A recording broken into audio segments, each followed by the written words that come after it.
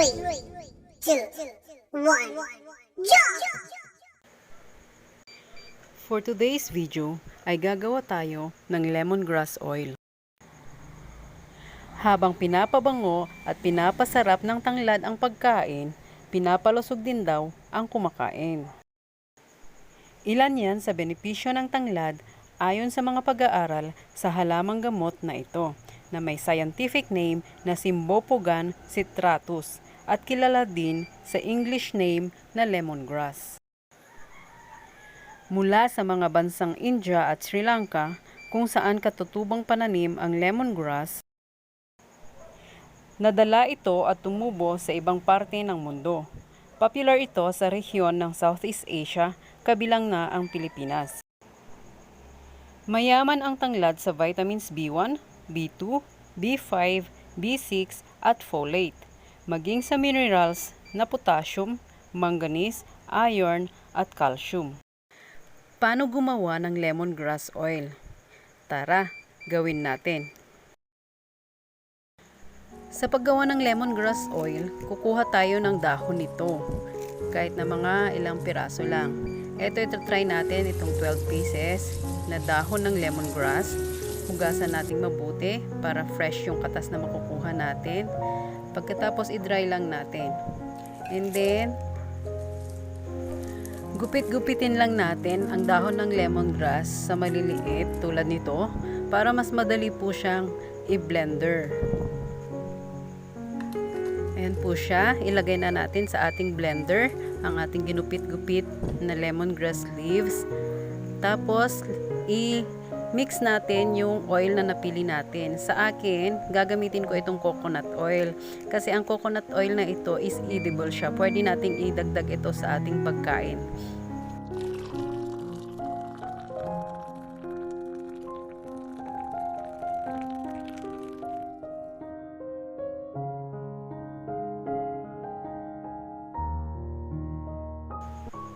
I-blend lang po natin ang mixture in a few minutes para hindi po masyadong madurog ang lemongrass leaves.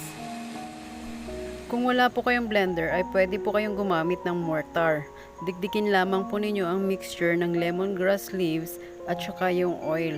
Maganda din po na procedure yon sa paggawa ng lemongrass oil. So after po natin na i-blend ang ating mixture ng lemongrass at saka oil, ilalagay po natin ang ating mixture sa isang malinis na bote na meron pong takip. So yan, ibuhos po natin lahat. Tapos takpan po natin ito. Tapos every day, i-check po natin at halu-haluin natin. At least once a day natin na imimix. Kasi i-ano natin ito, i-ferment natin. So mag-i-stay ito at least 7 days. Para po ma-ferment siya at saka yung katas ng lemongrass ay maihalo talaga or ma-absorb ng oil na ginamit natin.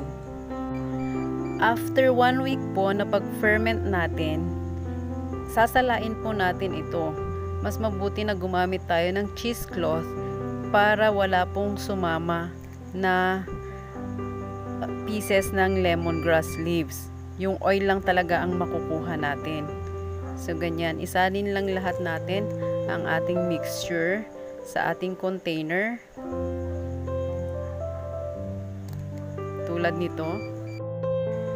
So after natin salain ang ating mixture, ay pwede na natin itong isalin sa mga bottles na gusto nating paglagyan. Tulad po nito, yung maliliit na containers, at pwede rin itong pangbenta.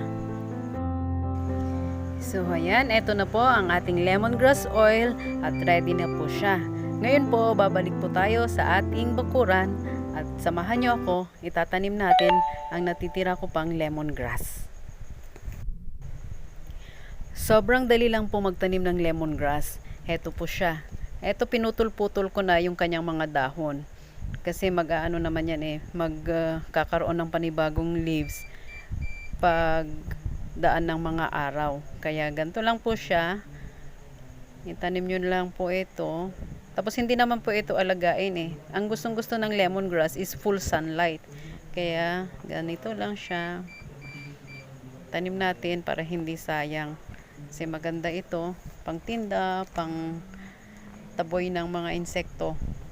Maraming na ibibigay na maganda ang lemongrass.